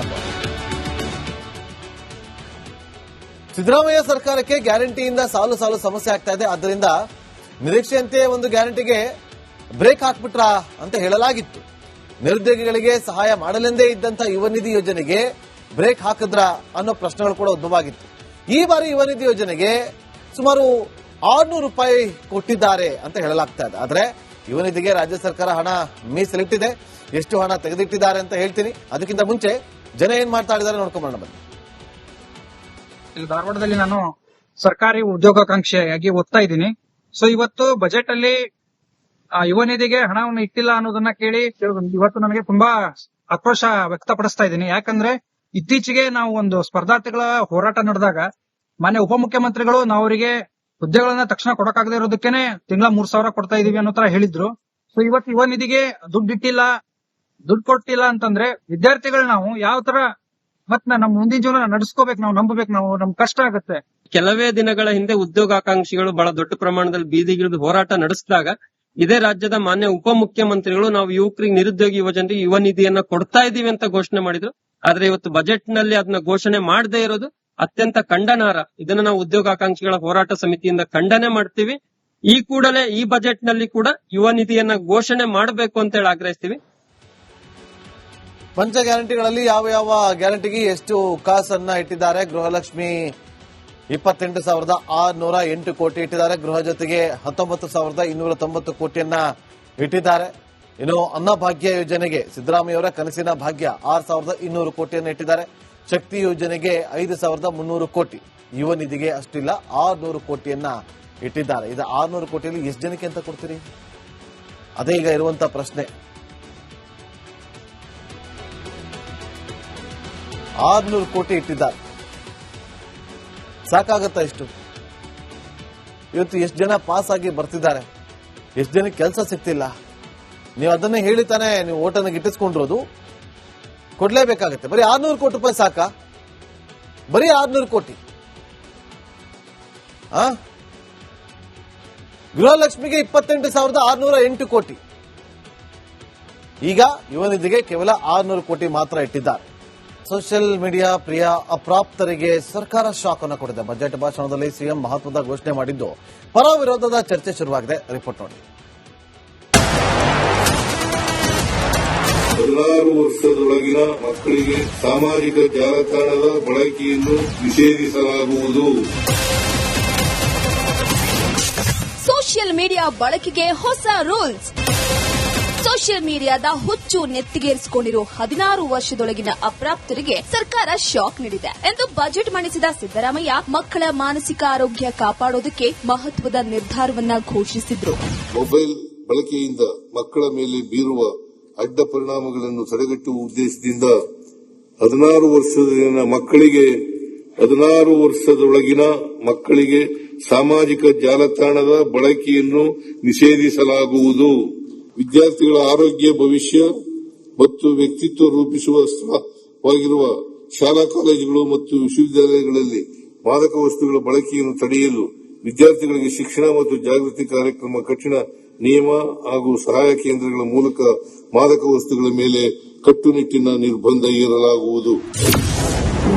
ಅಪ್ರಾಪ್ತರ ಸೋಷಿಯಲ್ ಮೀಡಿಯಾ ಓಪನ್ಗೆ ಸರ್ಕಾರ ಟಫ್ ರೂಲ್ಸ್ ಜಾರಿ ಮಾಡಲಿದೆ. ಸೋಷಿಯಲ್ ಮೀಡಿಯಾ ಅಕೌಂಟ್ ಓಪನ್ ವೇಳೆ ಮಕ್ಕಳ ಗುರುತಿನ ದಾಖಲೆ ಅಥವಾ ಒಟಿಪಿ ಮೂಲಕ ವಯಸ್ಸು ಪರಿಶೀಲನೆ ಮಾಡಲಾಗುತ್ತೆ. ಅವರು 16 ವರ್ಷಕ್ಕಿಂತ ಕಡಿಮೆ ಇದ್ರೆ ಖಾತೆ ತೆರೆಯಲು ಆಗಲ್ಲ. ಬದಲಾಗಿ ಪೋಷಕರ ಅನುಮತಿಯೊಂದಿಗೆ ಖಾತೆ ತೆರೆಯಬಹುದು. ಶಾಲೆಗಳಲ್ಲಿ ಸಹ ಸಾಮಾಜಿಕ ಜಾಲತಾಣ ಬಳಕೆಯ ಬಗ್ಗೆ ಟಫ್ ರೂಲ್ಸ್ ಇರಲಿದ್ದು, ಶಾಲಾ ಸಮಯದಲ್ಲಿ ಮೊಬೈಲ್ ಬಳಕೆ ನಿಷೇಧಿಸಬಹುದು. ಟೆಕ್ ಕಂಪನಿಗಳು ಚೈಲ್ಡ್ ಸೇಫ್ಟಿ ಮೋಡ್ ಇರಿಸಬೇಕು ಮತ್ತು ರಾತ್ರಿ ಸಮಯದಲ್ಲಿ ಆಪ್ ಸ್ವಯಂ ಚಾಲಿತವಾಗಿ ಲಾಕ್ ಆಗಲಿದೆ. ಸರ್ಕಾರದ ರೂಲ್ಸ್ ಉಲ್ಲಂಘಿಸಿದ್ರೆ ಸಂಬಂಧಪಟ್ಟ ಕಂಪನಿಗೆ ದಂಡವನ್ನ ವಿಧಿಸೋದು ಪಕ್ಕಾ. ಕರ್ನಾಟಕ ಸರ್ಕಾರ ಏನು ಒಂದು ನಿರ್ಧಾರದ ಬಗ್ಗೆ ಯೋಚನೆ ಮಾಡ್ತಾ ಇದೆ, 16 ವರ್ಷದ ಕೆಳಗಿನವರಿಗೆ ಈ ಸೋಷಿಯಲ್ ಮೀಡಿಯಾ ಇದನ್ನ ಉಪಯೋಗದ ಬಗ್ಗೆ ಒಂದು ಡಿಜಿಟಲ್ ಪಾಲಿಸಿಯನ್ನು ಮಾಡಬೇಕು ಅಂತ ಈ ನಿರ್ಧಾರ ಮಾಡ್ತಾ ಇದೆ. ಇದು ಐ ಥಿಂಕ್ ಸ್ವಾಗತಾರ್ಹ. ಇದು ಯಾಕೆ ಹೇಳ್ತಾ ಇದ್ದೇನೆ ಅಂದ್ರೆ, ಒಬ್ಬ ಮನೋವೈದ್ಯನಾಗಿ ನಾನೇನು ನೋಡ್ತಾ ಇದ್ದೇನೆ, ಇವತ್ತು ನಮ್ಮ ವಾರ್ಡ್ ಅಲ್ಲಿ 2 ಜನ patients who are under 18 admit ಆಗಿದ್ದಾರೆ. ಯಾಕೆ ಹೇಳ್ತಾ ಇದ್ದೇನೆ ಅಂದ್ರೆ, and most of the times it is because of this social media usage. ಕೇವಲ ಕಾಟಾಚಾರಕ್ಕೆ ಇದನ್ನು ಮಾಡಿದ್ರಲ್ಲ, ಇದನ್ನು ಕಾರ್ಯರೂಪಕ್ಕೆ ಸರಿಯಾಗಿ ತರಬೇಕು. ಯಾಕಂತ ಹೇಳಿದ್ರೆ ಶಾಲಾ ಶಿಕ್ಷಕರು ಕೂಡ ಇದರಲ್ಲಿ ಹೆಚ್ಚಿನ ಜವಾಬ್ದಾರಿ ಇದೆ. ಮುಂದಿನ ದಿನಗಳಲ್ಲಿ ಅವರು ಮೊಬೈಲ್ ಇಂದ ಯಾವುದೇ ಒಂದು ಪಠ್ಯ ಪುಸ್ತಕದ ಪಾಠಗಳನ್ನು ಕಳಿಸುವಂತದ್ದಿರ್ಬೋದು, ಇನ್ನಿತರ ಅವರಿಗೆ ಬೇರೆ ರೀತಿಯಲ್ಲಿ ಅದನ್ನು ಉಪಯೋಗಿಸುವ ರೀತಿಯಲ್ಲಿ ಅವರಿಗೆ ಕೊಡುವಂತದ್ದು ಅದು ಸರಿಯಲ್ಲ. ಸದ್ಯಕ್ಕೆ ಇದನ್ನು ನಿರ್ಬಂಧ ಮಾಡಿದ್ದು ಉತ್ತಮ ಆಗಿದೆ ಅಂತ ಹೇಳ್ಬೋದು. ಅಪ್ರಾಪ್ತರ ಮೊಬೈಲ್ ಬಳಕೆಗೆ ಸರ್ಕಾರ ರೂಪಿಸಿರುವ ಹೊಸ ಮಾನದಂಡಕ್ಕೆ ಪೋಷಕರ ಸಂಘ ಮತ್ತು ಖಾಸಗಿ ಶಾಲೆಗಳ ಒಕ್ಕೂಟ ಸ್ವಾಗತಿಸಿದೆ. ಮಾನ್ಯ ಸಿದ್ದರಾಮಯ್ಯ ಅವರು ತಮ್ಮ ಬಜೆಟ್ ಅಲ್ಲಿ 16 ವರ್ಷದ ಒಳಗಿರ್ತಕ್ಕಂಥ ಮಕ್ಕಳಿಗೆ ಸಾಮಾಜಿಕ ಜಾಲತಾಣದಲ್ಲಿ ಕಡಿವಾಣ ಹಾಕುವಂತ ಒಂದಷ್ಟು ಅಭಿಪ್ರಾಯವನ್ನು ವ್ಯಕ್ತಪಡಿಸಿದ್ದಾರೆ. ಆರೋಗ್ಯವಾದ ಬೆಳವಣಿಗೆ ಸ್ವಾಗತಾರ್ಹ. ವಿಶೇಷವಾಗಿ ಮಕ್ಕಳ ಹಿತದೃಷ್ಟಿಯಲ್ಲಿ ತೆಗೆದುಕೊಂಡಂತ ನಿರ್ಧಾರ ಖಂಡಿತವಾಗ್ಲೂ ಶ್ಲಾಘನೀಯ. 16 ವರ್ಷದೊಳಗಿನ ಮಕ್ಕಳು ಸೋಷಿಯಲ್ ಮೀಡಿಯಾ ಬಳಕೆಗೆ ಸರ್ಕಾರ ರೂಪಿಸಿರುವ ಮಾನದಂಡಕ್ಕೆ ಸ್ವಾಗತದ ಜೊತೆಗೆ ವಿರೋಧವೂ ಕೂಡ ಕೇಳಿಬಂದಿದೆ. 16ರ ಬದಲು 18ಕ್ಕೆ ವಯೋಮಿತಿಯನ್ನು ಹೆಚ್ಚಿಸಬೇಕೆನ್ನುವ ಆಗ್ರಹ ಕೂಡ ಕೇಳಿಬಂದಿದೆ. Metro bureau, republic Kannada. ರಾಜ್ಯದ ಶಾಲೆಗಳಲ್ಲಿ ಇನ್ನು ಮುಂದೆ ಮೊಬೈಲ್ ಅನ್ನ ಮಕ್ಕಳು ಬಳಕೆ ಮಾಡುವಂತಿಲ್ಲ, ಬ್ಯಾನ್ ಮಾಡಿದ್ದಾರೆ. ಬಜೆಟ್ನಲ್ಲಿ ಸಿಎಂ ಸಿದ್ದರಾಮಯ್ಯ ಅವರು ಈ ಬಗ್ಗೆ ಅಧಿಕೃತವಾಗಿ ಘೋಷಣೆ ಮಾಡಿದ್ದಾರೆ. ಇತ್ತೀಚೆಗೆ ನಡೆದಂತಹ ಸಭೆಯಲ್ಲಿ ಸಿಎಂ ಸುಳಿವನ್ನು ಕೂಡ ನೀಡಿದ್ರು. ವಿವಿಗಳ ಪ್ರಗತಿ ಪರಿಶೀಲನಾ ಸಭೆಯಲ್ಲಿ ಈ ಬಗ್ಗೆ ಮಾಹಿತಿಯನ್ನು ಹಂಚಿಕೊಂಡಿದ್ರು. ವಿಸಿಗಳ ಅಭಿಪ್ರಾಯವನ್ನ ಕೇಳಿದ್ರು ಸಿಎಂ ಸಿದ್ದರಾಮಯ್ಯ ಅವರು. ಆಗ ಅವರ ಪ್ರಸ್ತಾವಕ್ಕೆ ವಿವಿಗಳ ಕುಲಪತಿಗಳಿಂದಲೂ ಕೂಡ ಸಮ್ಮತಿ ಸಿಕ್ಕಿತ್ತು. ಇದೀಗ ಬಜೆಟ್ನಲ್ಲಿ ಮಕ್ಕಳಿಗೆ ಮೊಬೈಲ್ ಅನ್ನ ನಿಷೇಧ ಮಾಡಿರುವಂತಹ ಸಿಎಂ ಸಿದ್ದರಾಮಯ್ಯ ಅವರು ಸೋಷಿಯಲ್ ಮೀಡಿಯಾ ಬಳಸಲು ವಯಸ್ಸಿನ ಮಿತಿಯನ್ನು ನಿಗದಿ ಮಾಡಿದ್ದಾರೆ. ಇದು ವಯಸ್ಕರಿಗಲ್ಲ, 16 ವರ್ಷದ ಒಳಗಿನವರಿಗೆ ಮಾತ್ರ ಅಂತ ಹೇಳಿದ್ದಾರೆ. Welcome back. ಯಾವುದೇ ಕಾಂಪ್ರಮೈಸ್ ಇಲ್ಲದೆ ರಿಪಬ್ಲಿಕ್ ಕನ್ನಡ 100% ನ್ಯೂಸ್ ಕೊಡುತ್ತೆ. ಅದೇ ರೀತಿ ಓರಿಯೆಂಟ್ ಬೆಲ್ ಟೈಲ್ಸ್ ಕೂಡ 100ಕ್ಕೆ 100ರಷ್ಟು ಬಲಿಷ್ಠವಾಗಿದೆ. ನವ ಭಾರತಕ್ಕಾಗಿ ಹೊಸ ಆಯ್ಕೆ ಮುಖ್ಯ. ಸುದ್ದಿಗಳತ್ತ ಗಮನ ಮಾಡೋಣ. ಸಾಲ ಮಾಡಿ ಆದ್ರೂ ತುಪ್ಪ ತಿನ್ನು ಅನ್ನೋ ಮಾತು ಸಿದ್ದರಾಮಯ್ಯನವರಿಗೆ ಸರಿಯಾಗಿ ಅನ್ವಯ ಆಗ್ತಾ ಇದೆ. ಯಾಕೆಂದ್ರೆ ಸಿಎಂ ಸಿದ್ದರಾಮಯ್ಯ ಅವರು ಮತ್ತೊಮ್ಮೆ ಸಾಲವನ್ನ ಪಡೆದು ಬಜೆಟ್ ಅನ್ನ ಮಂಡನೆಯನ್ನ ಮಾಡ್ತಾ ಇದ್ದಾರೆ. 2026-27ರಲ್ಲಿ ರಾಜ್ಯ ಸರ್ಕಾರವು 1,32,190 ಕೋಟಿ ರೂಪಾಯಿ ಸಾಲ ಪಡೆಯಲು ನಿರ್ಧಾರವನ್ನ ಮಾಡಿದೆ. ಕೇಂದ್ರ ಸರ್ಕಾರದಿಂದ 6,810 ಕೋಟಿ ರೂಪಾಯಿ, ಓಪನ್ ಮಾರ್ಕೆಟ್ನಿಂದ 1,22,340 ಕೋಟಿ ರೂಪಾಯಿ, ಎಲ್ಐಸಿ, ಎನ್ಎಸ್ಎಸ್ಎಫ್, ಎನ್ಎಸ್ಡಿಸಿ, ಆರ್ಐಡಿಎಫ್ ನಿಂದ 2,850 ಕೋಟಿ ರೂಪಾಯಿ, ಮಿಸಲೇನಿಯಸ್ ಬಂಡವಾಳ ಸ್ವೀಕೃತಿಯ ಮೂಲಕ 23 ಕೋಟಿ, ಲೋನ್ ರಿಕವರಿ ಮತ್ತು ಅಡ್ವಾನ್ಸ್ ಮೂಲಕ 167 ಕೋಟಿ ರೂಪಾಯಿ ಸಾಲವನ್ನ ಪಡೆಯಲಾಗ್ತಾ ಇದೆ. ಇದು ಸಿದ್ದರಾಮಯ್ಯನವರ ಕಳಪೆ ಬಡ್ಜೆಟ್. ಇದು ಕಳೆದ 3 ವರ್ಷದಲ್ಲಿ 4.5 ಲಕ್ಷ ಕೋಟಿ ಸಾಲ ಮಾಡಿದ್ದಾರೆ ಸಿದ್ದರಾಮಯ್ಯ. 4.5 ಲಕ್ಷ ಕೋಟಿ. ನಮ್ದು ಈಗ 8 ಲಕ್ಷ ಕೋಟಿ 824 ಕೋಟಿ ನಾವು ಸಾಲ ನಮ್ಮ ತಲೆ ಮೇಲೆ ಇದೆ. ಈಗ ಸಾಲ ಮಾಡದೆ ಯಾವುದೇ ರಾಜ್ಯ, ಯಾವುದೇ ಕುಟುಂಬ ಇರಲಿ, ಯಾವುದೇ ದೇಶ ಇರಲಿ, ಸಾಲ ಮಾಡದೇನೆ ದೇಶದ ಅಭಿವೃದ್ಧಿ ಮಾಡೋದಕ್ಕಾಗಲಿ, ರಾಜ್ಯ ಅಭಿವೃದ್ಧಿ ಮಾಡೋಕ್ಕಾಗಲಿ ಸಾಧ್ಯ ಇಲ್ಲ. ಬಟ್ ನಾವು ಸಾಲ ಮಾಡುವಾಗ ಆ ಪ್ಯಾರಾಮೀಟರ್ ಒಳಗಡೆ ಇರಬೇಕು ಅಷ್ಟೇ. ನಮ್ಮ ಸಾಲ 44,549 ಕೋಟಿ ಇತ್ತು. ಈಗ ಬಡ್ಡಿ ಕಟ್ತಾ ಇರತಕ್ಕಂಥದ್ದು ಇವತ್ತಿನ ಹೋದ ವರ್ಷ ಬಡ್ಡಿ ಕಟ್ಟಿದ್ದೀವರು 45,600 ಕೋಟಿ.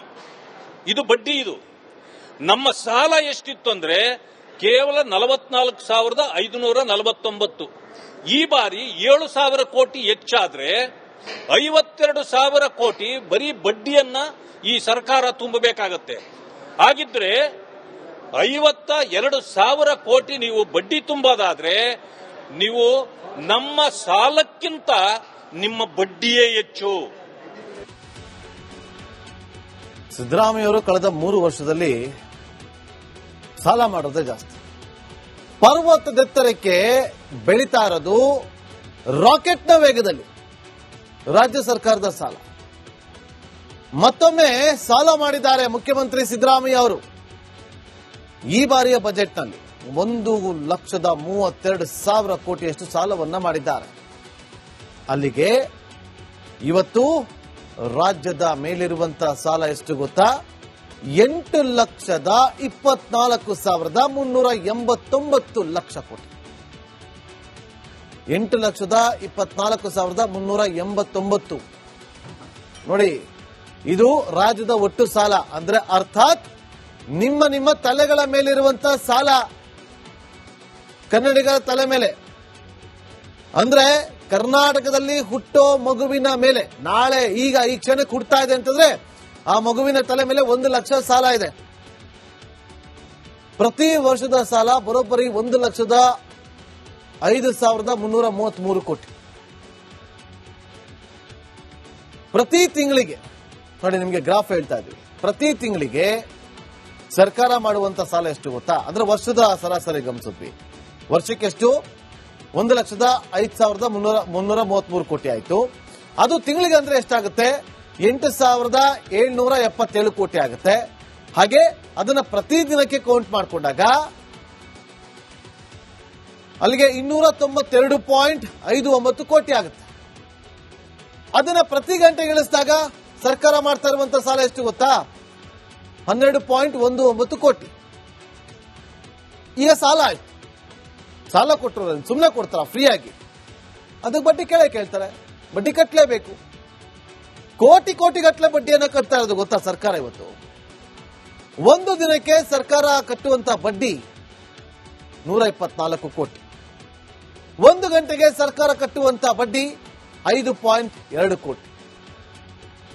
ನೋಡಿ, 2013ಕ್ಕೆ ಹೋಲಿಸಿದ್ರೆ 2013ರಲ್ಲಿ ಇದೇ ಸಿದ್ದರಾಮಯ್ಯ ಅವರು ಅಧಿಕಾರವನ್ನ ವಹಿಸಿಕೊಂಡಾಗ ಅವತ್ತು ಕನ್ನಡಿಗನ ಮೇಲೆ ಇದ್ದಿದ್ದು 19,000 ಸಾಲ.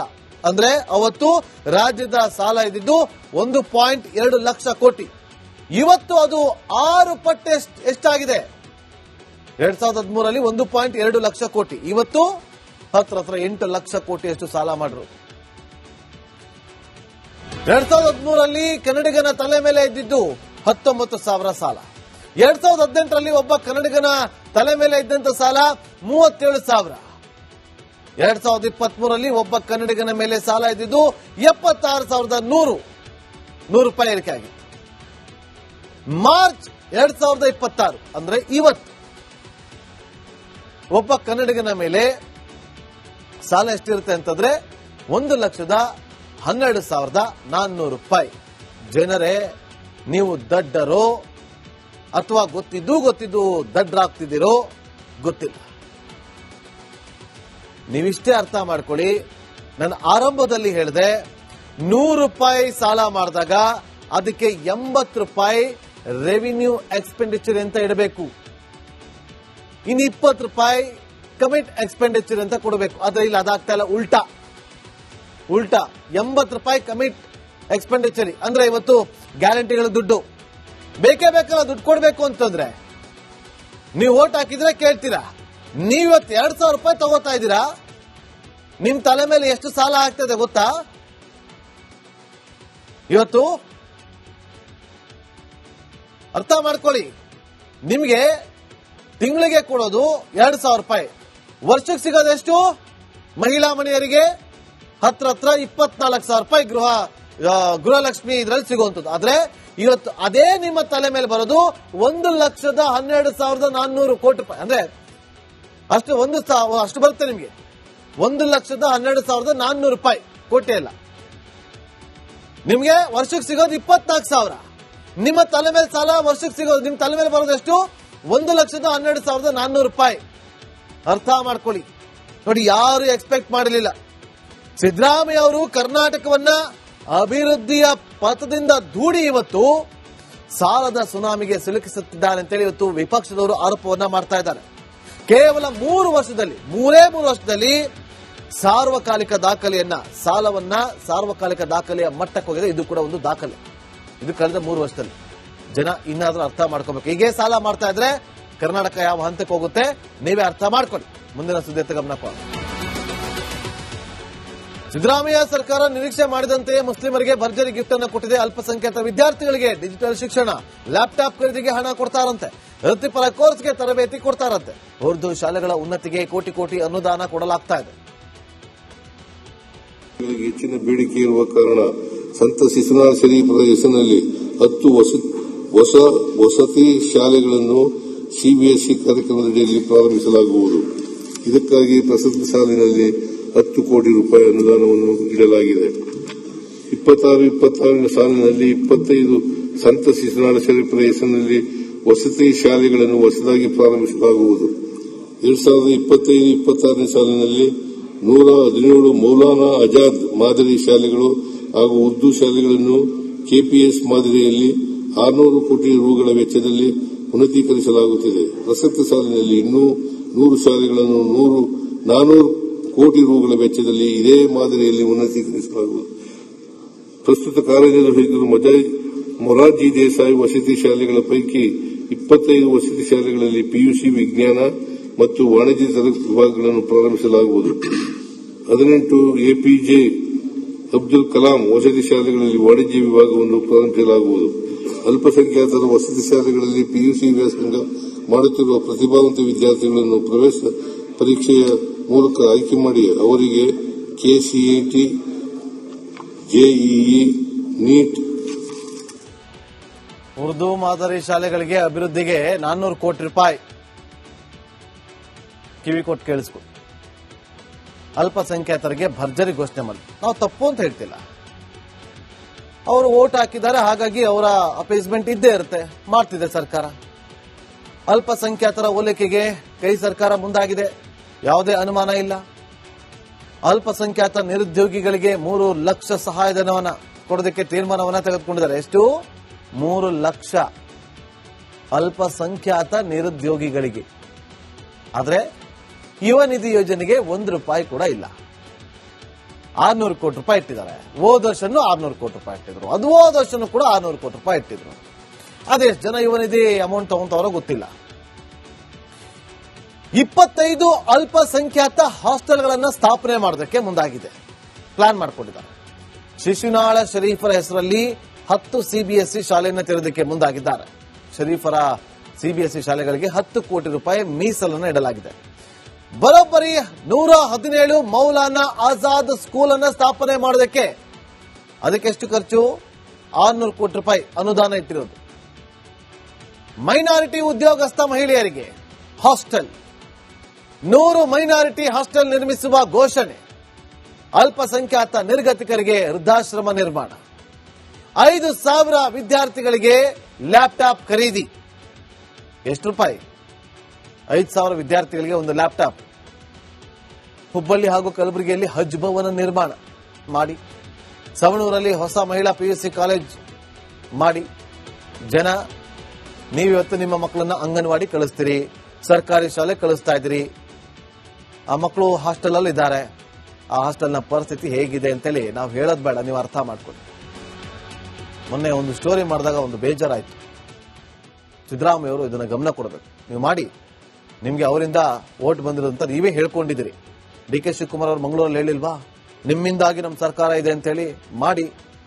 ಆದ್ರೆ ಮಿಕ್ನಾದವ್ರಿಗೂ ಕೊಡಿ. 50 ಪೈಸೆ ತರಕಾರಿಗೆ ಅಂತ ಕೊಡ್ತೀರಿ, ಇಲ್ಲಿ ಇಷ್ಟು ಕೊಡ್ತೀರಿ. ಇಲ್ಲಿಗೆ ದುಡ್ಡಿದೆ, ಅಲ್ಲಿಗೆ ದುಡ್ಡಿಲ್ವಾ ನಿಮ್ಗೆ? ಇದು ಸಾಲ ಮಾಡಿರೋದು.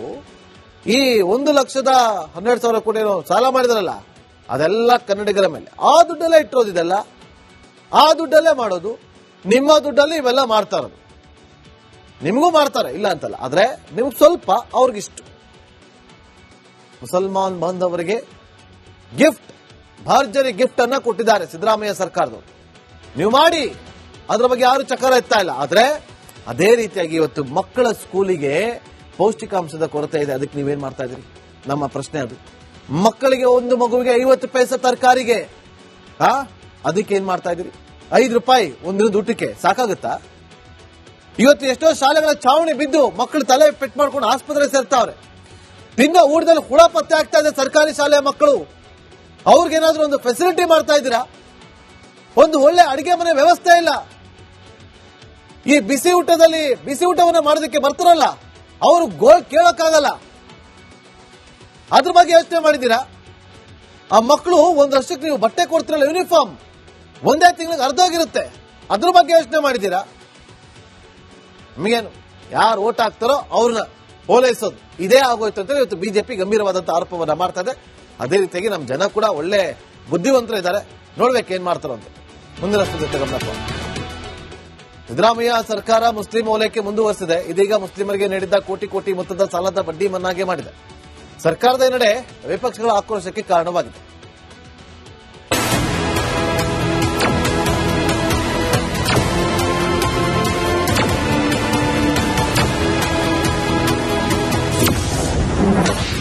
ರಾಜ್ಯದ ಜನಸಾಮಾನ್ಯರಿಗೆ ದರ ಏರಿಕೆಯ ಪ್ರಹಾರ. ಮುಸ್ಲಿಮರ ಬಡ್ಡಿ ಮನ್ನಾ ಮಾಡಿರುವ ಸಿದ್ದು ಸರ್ಕಾರ. ರಾಜ್ಯದ ಸಂಪುಟ ಸಭೆಯ ಅಲ್ಪಸಂಖ್ಯಾತರ ಅಭಿವೃದ್ಧಿ ನಿಗಮದ ಸಾಲಗಳಿಗೆ ಬಡ್ಡಿ ಮನ್ನಾ ಮಾಡಲು ಸರ್ಕಾರ ನಿರ್ಧರಿಸಿದೆ. ಅದರ ಬಗ್ಗೆ ಬಜೆಟ್ನಲ್ಲೇ ನಿರ್ಧಾರ ಮಾಡಲಾಗಿದೆ.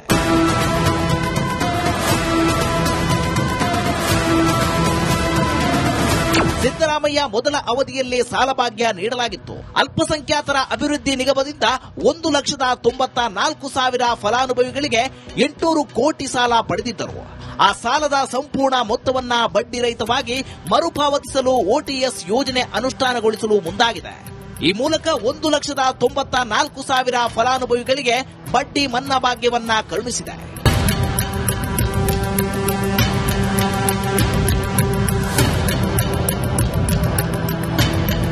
ಸಿದ್ದರಾಮಯ್ಯ ಸರ್ಕಾರವು ಅಲ್ಪಸಂಖ್ಯಾತರ ತುಷ್ಟೀಕರಣದಲ್ಲಿ ನಿರತವಾಗಿದೆ ಎಂದು ಪ್ರತಿಪಕ್ಷಗಳು ಪದೇ ಪದೇ ಆರೋಪಿಸುತ್ತಲೇ ಬಂದಿವೆ. ಈ ನಡುವೆ ಅಲ್ಪಸಂಖ್ಯಾತರ ಅಭಿವೃದ್ಧಿ ನಿಗಮದಿಂದ ಸಾಲ ಪಡೆದಿದ್ದ 1.94 ಲಕ್ಷ ಫಲಾನುಭವಿಗಳಿಗೆ ಸಿಹಿ ಸುದ್ದಿ ಕೊಟ್ಟಿದೆ. ಇದು ಪ್ರತಿಪಕ್ಷಗಳ ಕೈಗೆ ಮತ್ತೊಂದು ಅಸ್ತ್ರವನ್ನ ನೀಡಿದಂತಾಗಿದೆ. Bureau report, Republic Kannada. ಜನರಿಗೆ ಇವತ್ತು ದರ ಏರಿಕೆ ಪ್ರಹಾರ ಆಗ್ತಾ ಇದೆ. ಮುಸ್ಲಿಮರಿಗೆ ಬಡ್ಡಿ ಮನ್ನಾ ಭಾಗ್ಯ ಸಿಗ್ತಾ ಇದೆ. ನಾನು ಪ್ರತಿದಿನ ಹೇಳ್ತೀನಿ, ಯಾರು ಎಷ್ಟು ಗಂಭೀರವಾಗಿ ತಗೊಳ್ತಿದಾರೋ ಗೊತ್ತಿಲ್ಲ. ನೀವು ಇವತ್ತು ಗೃಹ ಜ್ಯೋತಿ ಅನ್ನರಲ್ಲಿ ನೀವು ಬಿಲ್ಲನ್ನ ಕಟ್ಟಿಲ್ಲ ಅನ್ನೋದಾದ್ರೆ ನೀವು 3 ವರ್ಷದ ಬಿಲ್ಲನ್ನ ತಗೊಂಡು ಇವತ್ತಿನ ಬಿಲ್ಲನ್ನ ತಗೊಂಡು ನೋಡಿ, ಕರೆಂಟ್ ಬಿಲ್ ಎಷ್ಟು ಬರ್ತಾ ಇದೆ ಅಂತೇಳಿ. ಯಾರು ಅದನ್ನ ಸೀರಿಯಸ್ ಆಗಿ ತಗೋತಾ ಇಲ್ಲ. ನೀವು ಯಾವಾಗ ಗಂಭೀರವಾಗಿ ತೆಗೆದುಕೊಳ್ಳೋದಿಲ್ಲ ಅಲ್ಲಿವರೆಗೂ ಇವತ್ತು 2,000 ಕಟ್ತಿರೋರು ಮುಂದಿನ ದಿನ 3,000 ಕಟ್ಬೋದು, 4,000 ಕಟ್ಬೋದು. ನಿಮ್ಮ ಹತ್ರ ದುಡ್ಡಿದೆ, ಕಟ್ತೀರಾ ಕಟ್ಟಿ, ನಾವೇನ್ ಜಾಸ್ತಿ ಹೇಳಕ್ ಹೋಗಲ್ಲ. ಈ ಕಡೆ ರಾಜ್ಯ ಸರ್ಕಾರ ಓಲೈಕೆ ರಾಜಕಾರಣಕ್ಕೆ ಮತ್ತೆ ಮುಂದಾಗಿದೆ. ಅಲ್ಪಸಂಖ್ಯಾತರ ಅಭಿವೃದ್ಧಿ ನಿಗಮದಡಿ ಸಾಲ ವಿತರಣೆಯನ್ನ ಮಾಡಲಾಗಿತ್ತು. ಈ ಹಿಂದೆ ಸಿದ್ದರಾಮಯ್ಯ ಅವರು ಸಿಎಂ ಆಗಿದ್ದಾಗ ಅದನ್ನ ಕೊಟ್ಟಿದ್ದಂತ ಸಾಲ ಅದು. ಆಗ ಸಾಲ ಪಡೆದಂತ ಅಲ್ಪಸಂಖ್ಯಾತರ ಬಡ್ಡಿ ಏನಿತ್ತಲ್ಲ ಅದನ್ನ ಮನ್ನಾ ಮಾಡೋದಕ್ಕೆ ತೀರ್ಮಾನವನ್ನ ಮಾಡಿರೋದು. ಬರೋಬ್ಬರಿ 800 ಕೋಟಿ ಸಾಲವನ್ನ ಪಡೆದಿರುವಂತಹ ಅಲ್ಪಸಂಖ್ಯಾತರು ಅಲ್ಪಸಂಖ್ಯಾತರಲ್ಲಿ ಅತ್ಯಂತ ಹೆಚ್ಚು ಸಂಖ್ಯೆಯಲ್ಲಿದ್ದಾರೆ ಮುಸ್ಲಿಮರು. 98% ಮುಸ್ಲಿಂ ಸಮುದಾಯದಿಂದಲೇ ಸಾಲ ಭಾಗ್ಯವನ್ನ ಪಡೆದಿರೋದು. 2013ರಿಂದ 19ರವರೆಗಿನ 800 ಕೋಟಿ ರೂಪಾಯಿ ಮೇಲಿನ ಸಾಲದ ಬಡ್ಡಿ ಮನ್ನಾ ಮನ್ನಾ ಮನ್ನಾ. ಸುಮಾರು 25ರಿಂದ 30 ಕೋಟಿ ಬಡ್ಡಿ ಮನ್ನಾ ಮಾಡ್ತಾ ಇರುವಂತ ಸರ್ಕಾರ ಸಾಲದ ಮೇಲಿನ ಬಡ್ಡಿ ಮನ್ನಾಗೆ ಬಜೆಟ್ನಲ್ಲೇ ಘೋಷಣೆಯನ್ನ ಮಾಡಿದ್ದಾರೆ. ಇದು ವಿಪಕ್ಷಗಳ ಆರೋಪದಂತೆ ಮುಸ್ಲಿಂ ಓಲೈಕೆ ಅಂತ ಹೇಳ್ತಾ ಇದೆ. ಅದಕ್ಕೆ ಆರಂಭದಲ್ಲಿ ಹೇಳಿದೆ, ಜನ ಮರಳು ಜಾತ್ರೆ ಮರಳು ಅಂತೆ. ಮುಂದಿನ ಸುದ್ದಿ ಗಮನ ಕೊಡ. ವಾಡಿಕೆಯಂತೆ ಈ ಬಜೆಟ್ ನಲ್ಲೂ ಕೂಡ ಕುಡುಕ ಮಹಾಶಯರಿಗೆ ಬಿಗ್ ಶಾಕ್ ಅನ್ನು ಕೊಡಲಾಗಿದೆ. ಕಳೆದ ಬಾರಿ ಅಬಕಾರಿ ಇಲಾಖೆಗೆ 40,000 ಕೋಟಿ ಹಣ ಸಂಗ್ರಹದ ಗುರಿ ನೀಡಲಾಗಿತ್ತು. ಆದರೆ ಈ ಬಾರಿ ಅಬಕಾರಿ ಇಲಾಖೆಗೆ 45,000 ಕೋಟಿ ಟಾರ್ಗೆಟ್ ಅನ್ನು ಕೊಡಲಾಗಿದೆ. ಆದ್ದರಿಂದ ರಾಜ್ಯದಲ್ಲಿ ಮದ್ಯ ದರ ಏರಿಕೆ ಆಗೋದು ಪಕ್ಕಾ ಆಗಿದೆ. ಆ ಮೂಲಕ ಮದ್ಯಪ್ರಿಯರಿಗೆ ಶಾಕ್ ಎದುರಾಗಿದೆ. 25-26ನೇ ಸಾಲಿನಲ್ಲಿ ಫೆಬ್ರವರಿ ತಿಂಗಳ ಅಂತ್ಯದವರೆಗೆ ಅಬಕಾರಿ ತೆರಿಗೆಯಿಂದ ಒಟ್ಟು 36,492 ಕೋಟಿ ರೂಗಳ ರಾಜಸ್ವ ಸ್ವೀಕೃತವಾಗಿದ್ದು, ಕಳೆದ ಸಾಲಿಗೆ ಹೋಲಿಸಿದರೆ ಶೇಕಡಾ 12.7% ಬೆಳವಣಿಗೆಯಾಗಿದೆ.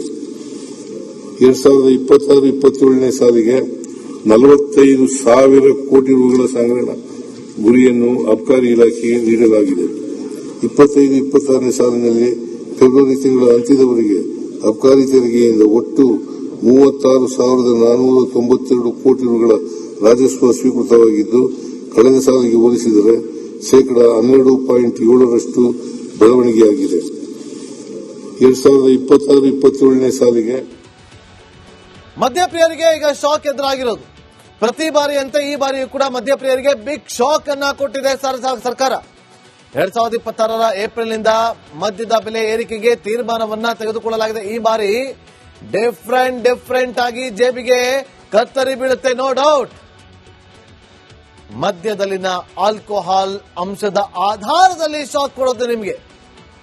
ಆಲ್ಕೋಹಾಲ್ ಅಂಶದ ಆಧಾರದಲ್ಲಿ ಅಬಕಾರಿ ಸುಂಕ ನಿಗದಿಯನ್ನ ಮಾಡಲಾಗುತ್ತೆ. ಆಲ್ಕೋಹಾಲ್ ಕಂಟೆಂಟ್ ಜಾಸ್ತಿ ಆದಷ್ಟು ಅಧಿಕ ತೆರಿಗೆ. 10% ಇದ್ರೆ ಅದಕ್ಕೊಂದು, 20% ಇದ್ರೆ ಆಲ್ಕೋಹಾಲ್ ಅದಕ್ಕೊಂದಷ್ಟು, 30% ಆಲ್ಕೋಹಾಲ್ ಇದ್ರೆ ಅದಕ್ಕೆ ದುಬಾರಿ ಆಗುತ್ತೆ, ತ್ರಿಬಲ್ ಆಗುತ್ತೆ. ಕಡಿಮೆ ಆಲ್ಕೋಹಾಲ್ ಇದ್ರೆ ಕಡಿಮೆ ಪ್ರಮಾಣದ ಟ್ಯಾಕ್ಸ್, ಜಾಸ್ತಿ ಆಲ್ಕೋಹಾಲ್ ಇದ್ರೆ ಜಾಸ್ತಿ ಪ್ರಮಾಣದ ಟ್ಯಾಕ್ಸ್. ನಿಮಗೆ ಜಾಸ್ತಿ ಕಿಕ್ ಬೇಕು ಅಂದ್ರೆ ಜಾಸ್ತಿ ಪ್ರಮಾಣದ ಆಲ್ಕೋಹಾಲ್ ತಗೋಬೇಕು, ಜಾಸ್ತಿ ಆಲ್ಕೋಹಾಲ್ ತಗೋಬೇಕು ಅಂದ್ರೆ ಜಾಸ್ತಿ ಪ್ರಮಾಣದ ಟ್ಯಾಕ್ಸ್ ಅನ್ನ ಕಟ್ಟಬೇಕು. ಮದ್ಯಪ್ರಿಯರಿಗೆ ಇದೊಂದು ಶಾಕ್. ಮುಂದಿನ ಸುದ್ದಿ ಗಮನ ಕೊಡ. ನಾವಷ್ಟೇ ಅಲ್ಲ, ಮೋದಿಯು ಕೂಡ ಸಾಲ ಮಾಡಿದ್ದಾರೆ. ನರೇಂದ್ರ ಮೋದಿ ಲಕ್ಷ ಕೋಟಿ ಸಾಲ ಮಾಡಿದ್ದಾರೆ. ಹಾಗಿದ್ಮೇಲೆ ಆರ್ ಅಶೋಕನಿಗೆ ಪ್ರಶ್ನೆ ಮಾಡೋಕೆ ಯಾವ ಮುಖ ಇದೆ ಎಂದು ಸಿಎಂ ಸಿದ್ದರಾಮಯ್ಯ ಅವರು ಪ್ರಶ್ನೆ ಮಾಡಿದ್ರು. 218 ಲಕ್ಷಕ್ಕೂ ಹೆಚ್ಚು ಕೋಟಿ ಈ ವರ್ಷ ಎಷ್ಟು ಸಾಲ ಮಾಡಿದ್ದಾರೆ ಗೊತ್ತಾ ನಿಮಗೆ? 17,20,000 ಕೋಟಿ.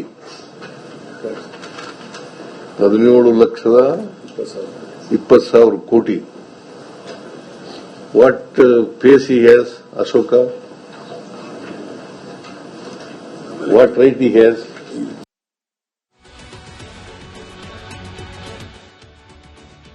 ನೋಡಿ ಎಷ್ಟು ಸಾಲ ಇದೆ ಅಂತೇಳಿ. 2018ರಲ್ಲಿ 93 ಲಕ್ಷ ಕೋಟಿ ಸಾಲ ಇತ್ತು. 2019ರಲ್ಲಿ 105 ಲಕ್ಷ ಕೋಟಿಗೆ ಏರಿಕೆ ಆಯಿತು. 2020 121 ಲಕ್ಷ ಕೋಟಿಗೆ ಏರಿಕೆ ಆಯಿತು. 2021ಕ್ಕೆ 138 ಲಕ್ಷ ಕೋಟಿ ಆಯಿತು. 2022ಕ್ಕೆ 156 ಲಕ್ಷ ಕೋಟಿ ಆಯಿತು. 2023ಕ್ಕೆ 171 ಲಕ್ಷ ಕೋಟಿ ಆಗಿದೆ.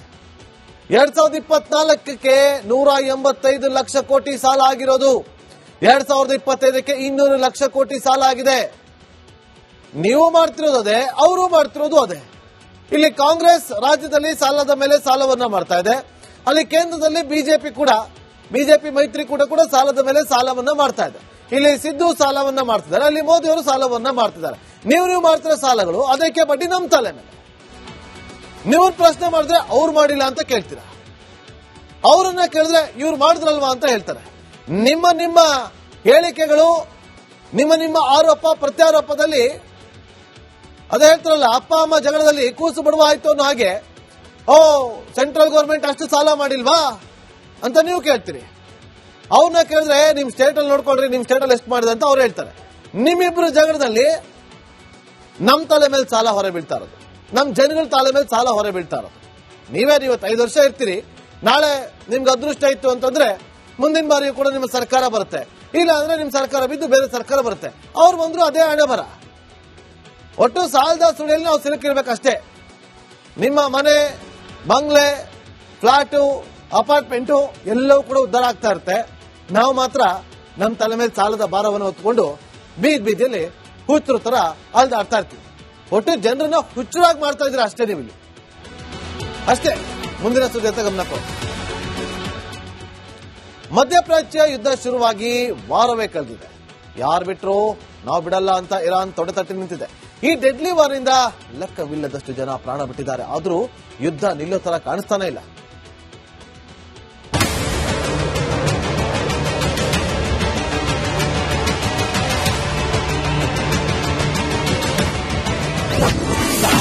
ಮಧ್ಯಪ್ರಾಚ್ಯದಲ್ಲಿ ವಿನಾಶದ ಕಾಳಗ, ಇರಾನ್ನಲ್ಲಿ ರಕ್ತಪಾತ, ನಿಲ್ಲದ ದಾಹ. ಮಧ್ಯಪ್ರಾಚ್ಯದಲ್ಲಿ ಯುದ್ಧ ಶುರುವಾಗಿ 1 ವಾರವೇ ಕಳೆಯುತ್ತಿದೆ.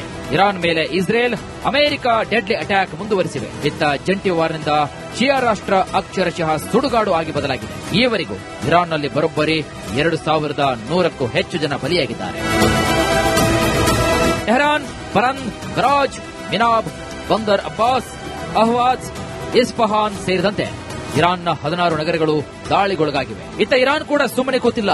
ಯುದ್ಧದ ಮೊದಲ 6 ದಿನಗಳಲ್ಲಿ 600ಕ್ಕೂ ಹೆಚ್ಚು ಕ್ಷಿಪಣಿಗಳು ಮತ್ತು 2200ಕ್ಕೂ ಹೆಚ್ಚು ಡ್ರೋನ್ಗಳನ್ನು ಹಾರಿಸಿದೆ. ಇದು ಇಸ್ರೇಲ್ ಮೇಲಲ್ಲದೆ ಅಮೆರಿಕ ಮಿಲಿಟರಿ ಬೇಸ್ಗಳುಳ್ಳ UAE, Bahrain, Qatar, Kuwait, Oman ಮತ್ತು ಸೌದಿ ಅರೇಬಿಯಾ ಮೇಲೂ ಕೂಡ ದಾಳಿ ನಡೆಸಿದೆ. ಟೆಲ್ ಅವೀವ್ ಮೇಲೆ ಕ್ಲಸ್ಟರ್ ಬಾಂಬ್ ದಾಳಿ. ಇರಾನ್ ಮೊದಲ ಬಾರಿಗೆ ಇಸ್ರೇಲ್ ವಿರುದ್ಧ ಭೀಕರ ಕ್ಲಸ್ಟರ್ ಬ್ಯಾಲಿಸ್ಟಿಕ್ ಕ್ಷಿಪಣಿಗಳನ್ನು ಉಡಾಯಿಸಿದೆ. ಟೆಲ್ ಅವೀವ್ ನಗರದ ಮೇಲೆ ಡೆಡ್ಲಿ ಅಟ್ಯಾಕ್ ಮಾಡಿದೆ. ಇಸ್ರೇಲ್ ಹೆಗಲ ಮೇಲೆ ಗನ್ನಿಟ್ಟು ಹೊಡೆದಿದ್ದಂತಹ ಅಮೆರಿಕ ಇದೀಗ ನೇರವಾಗಿ ಫೈಟ್ಗಿಳಿದಿದೆ. ಇರಾನ್ ಮೇಲೆ ಮಿನಿಟ್ ಮನ್ 3 ಖಂಡಾಂತರ ಕ್ಷಿಪಣಿ ದಾಳಿ ಮಾಡಲು ಮುಂದಾಗಿದೆ. ಸದ್ಯ ಯುದ್ಧ ನಿಲ್ಲೋ ಯಾವುದೇ ಲಕ್ಷಣಗಳು ಕಾಣ್ತಿಲ್ಲ. ಬೇರೆ ರಿಪೋರ್ಟ್, ರಿಪಬ್ಲಿಕ್ ಕನ್ನಡ. ಆ ದೇಶಕ್ಕೆ ಮಾನ ಮರ್ಯಾದೆ ಅನ್ನೋದೇ ಇಲ್ಲ. ಬಕೆಟ್ ರಾಷ್ಟ್ರದ ವಿರುದ್ಧ ಆ ಕೆಚ್ಚದಿಯ ಕಲಿಗಳು ರೊಚ್ಚಿಗೆದ್ದಿದ್ದಾರೆ. ಕದನ ವಿರಾಮ ಅಲ್ಲ, ನಿಮ್ಮನ್ನ ಮುಗಿಸೇ ತೀರ್ತೀವಿ ಅಂತ ಮುನ್ನುಗ್ತಿದ್ದಾರೆ. ಪಾಕಿಸ್ತಾನದ ಕತೆ ಇದು, ಹೇಳ್ತೀವಿ ನೋಡಿ.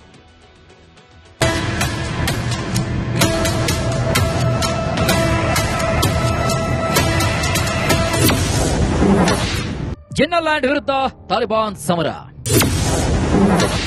ಡುರಾಂಡ್ ಗಡಿಯಲ್ಲಿ ಅಫ್ಘಾನ್ ಡೆಡ್ಲಿ ಅಟ್ಯಾಕ್. ಮಧ್ಯಪ್ರಾಚ್ಯದಲ್ಲಿ ಕಳೆದೊಂದು ವಾರದಿಂದ ರಣಭೀಕರ ಯುದ್ಧ ನಡೀತಾ ಇದೆ. ಶಿಯಾ ರಾಷ್ಟ್ರದ ಮೇಲೆ ಇಸ್ರೇಲ್, ಅಮೆರಿಕ ಮುಗಿಬಿದ್ದಿವೆ. ಇದರ ನಡುವೆ ಪಾಕಿಸ್ತಾನ ಮತ್ತು ಅಫ್ಘಾನಿಸ್ತಾನ ಡುರಾಂಡ್ ಗಡಿಯಲ್ಲಿ ನೆತ್ತರ ದೋಕಳಿಯನ್ನ ಹರಿಸ್ತಾ ಇದೆ.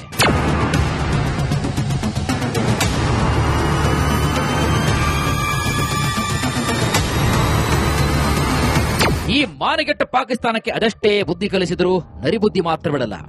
ಆಪರೇಷನ್ ಸಿಂಧೂರ ಮೂಲಕ ಭಾರತ ಕೊಟ್ಟ ಏಟಿಗೆ ಇನ್ನೂ ಬಿಕಾರಿಸ್ತಾನ ಇನ್ನೂ ಕೂಡ ಎಚ್ಚೆತ್ತುಕೊಂಡಿಲ್ಲ. ಆಗಲೇ ಪಕ್ಕದ ಅಫ್ಘಾನಿಸ್ತಾನದ ಮೇಲೆ ಯುದ್ಧ ಮಾಡ್ತಾ ಇದೆ.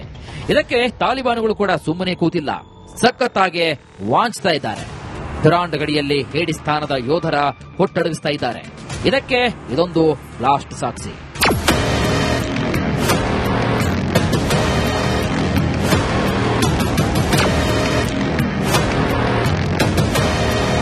ತಾಲಿಬಾನುಗಳು ಸ್ಫೋಟ ಮಾಡಿದಂತಹ ಈ ಬಾಂಬ್ ಪಾಕ್ನ 41 ಸೈನಿಕರ ಜೀವವನ್ನ ತೆಗೆದಿದೆ. 53ಕ್ಕೂ ಹೆಚ್ಚು ಯೋಧರು ಗಾಯಗೊಂಡಿದ್ದಾರೆ. ಡುರಾಂಡ್ ಗಡಿಯಲ್ಲಿ ಅಕ್ಷರಶಃ ಸುಡುಗಾಡೆ ಸೃಷ್ಟಿಯಾಗಿದೆ.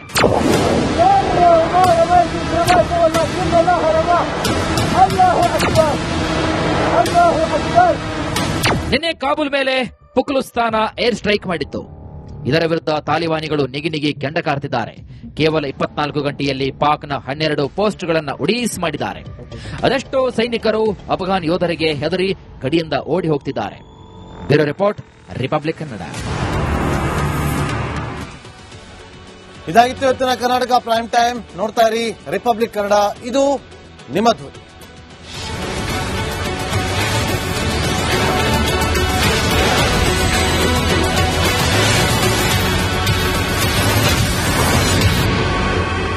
ಚಹಾದ ಅಸಲಿ ಟೇಸ್ಟ್ MDH T+ ನಿಂದಲೇ ಬರುತ್ತೆ. ಗಂಟು ಕಟ್ಟಿಕೋ ಲವಂಗ ಹಸಿರು ಏಲಕ್ಕಿಯಿಂದ ತುಂಬಿದ MDH T+ ಮಸಾಲೆ. MDH